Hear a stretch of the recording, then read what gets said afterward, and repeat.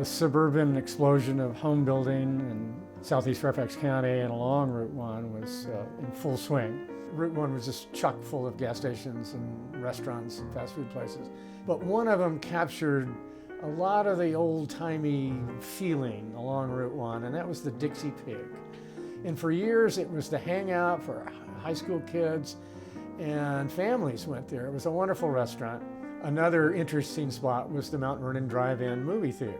It was the first one in the Washington, D.C. area. You'd hook up a speaker to your window of the car and you'd watch the movie, and at intermission you'd go get some popcorn. And it was closed in the 1980s, torn down to make room for a regular old Cineplex. And most recently, it became the site, that was torn down also, it became the site of the Costco on Route 1. Another location along the Route 1 corridor, or as many people call it, the Richmond Highway corridor, is the Montebello Condominiums.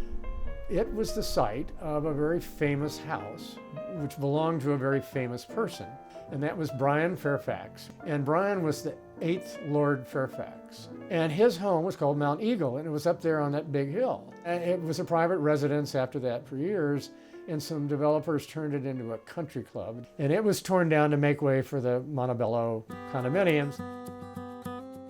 Fort Hunt Route 1 corridor over here has always been sort of a unique, isolated place from the rest of the county. And I think, you know, the history and the natural assets, the proximity to the Potomac, it's just made it a really attractive area that a lot of people want to live in and want to come back to. The Huntington area, where the Huntington Metro Station is, was actually a series of Civil War forts back in the 1850s.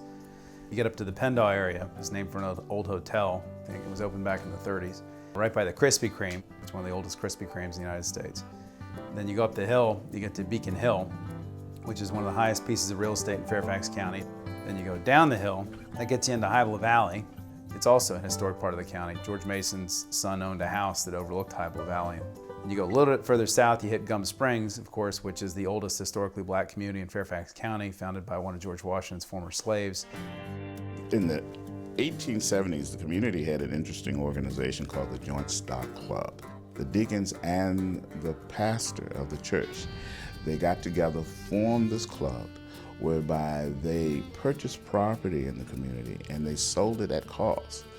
They were not concerned about profit, they were concerned about building a community. Along Route 1 during the 1960s, the residents suffered from the turmoil associated with desegregating Virginia schools. And that was particularly acute in the Gum Springs area of the Route 1 corridor. I can remember as a child looking down at the school, and there was always something going on here. Secondary school, you had to go to Manassas. And of course, we didn't have the road system that we now have. People had to get up 4 and 5 o'clock to start out for their education. Gum Springs, Woodlawn, and Mount Vernon are the 3 oldest elements in the area. And as the area started to evolve and develop, Gum Springs was beginning to be left behind.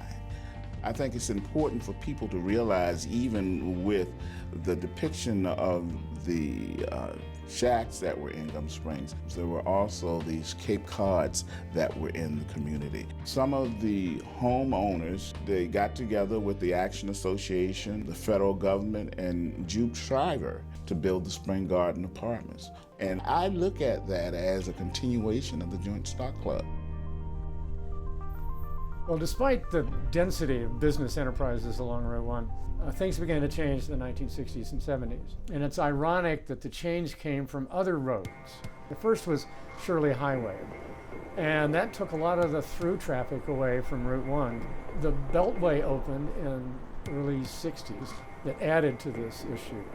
So all of a sudden in the mid-70s, the Route 1 corridor was full of gas stations that nobody used anymore, and motels that nobody stopped in. And that's when things began to change in the community. Southeast Fairfax Development Corporation, SFDC, was founded in 1981 to help with the revitalization and economic development in the corridor. We market the corridor to developers, to retailers, to different businesses. We try to grow our own businesses. We also work with developers and property owners to try to find assemblages of property that they could perhaps develop. And we work with civic organizations and residents on the highway. Jerry Highland was elected supervisor at a really important time of transition in our community.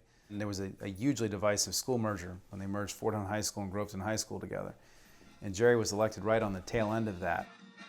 Communities tend to be oriented around their schools, and these high schools tend to be really significant community institutions. And now Vernon is one of the oldest in the county, and their band, they wear three-corner hats and call themselves the Majors. I mean, they're very proud of their history there. The opening of the Fairfax County Parkway eased the access to Fort Belvoir. It also allowed folks in the Mount Vernon area to go out to their jobs at Tyson's Corner, made it much easier.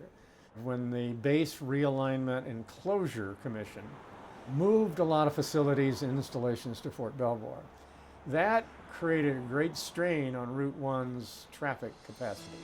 Fort Belvoir actually employs about 40,000 people. For some perspective, the Pentagon employs about 23,000. And so Congressman Jim Moran sort of led the charge in securing a federal earmark to fund a $180 million widening from Telegraph Road up to Jeff Todd Way, where the Roy Rogers is, right near the Woodlawn Estate. Several years ago, SFDC and the Community Appearance Committee, volunteers, worked with the county, and they created beautified areas in the medians. We have gateway signs at each of our CBCs, Community Business Centers. And we also have some destination signs along the highway that tell you how many miles until you reach Woodlawn, for example.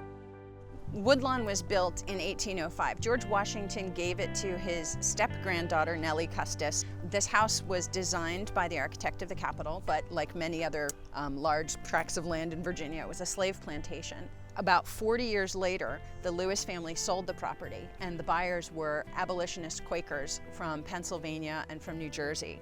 They were after the old growth trees that were on the property. That's why it was called Woodlawn, because they were building clipper ships. But when they came down here, they also saw that there was a real blow that they could strike in favor of abolitionism. They wanted to prove to the rest of the South that you could have a profitable farm without slave labor, and they did it. Arcadia's mission is to create a more equitable and sustainable local food system. Equitable means everybody has access to the good stuff and that it's affordable. And sustainable means it's grown using methods that are kind to the earth, kind to the wildlife, kind to the pollinators, that build soil fertility, and also sustainable for local farmers. Farmers have to be able to make money or they're not going to keep growing food. We've been on the property for about 5 years, and the piece that we think is really exciting is that this property has a history of using food and agriculture in pursuit of social justice. And there's another great connection with Nellie to us, and that is she was a star entertainer and very focused on food. And so we're growing food in her old kitchen garden and sort of once again returning those grounds to its historic roots. And we're working with the staff of the property and with the National Trust to reimagine ways of interpreting the site. It has always been about the house and the incredible architecture, but now we're going to be working in and the incredible agricultural experience here as well.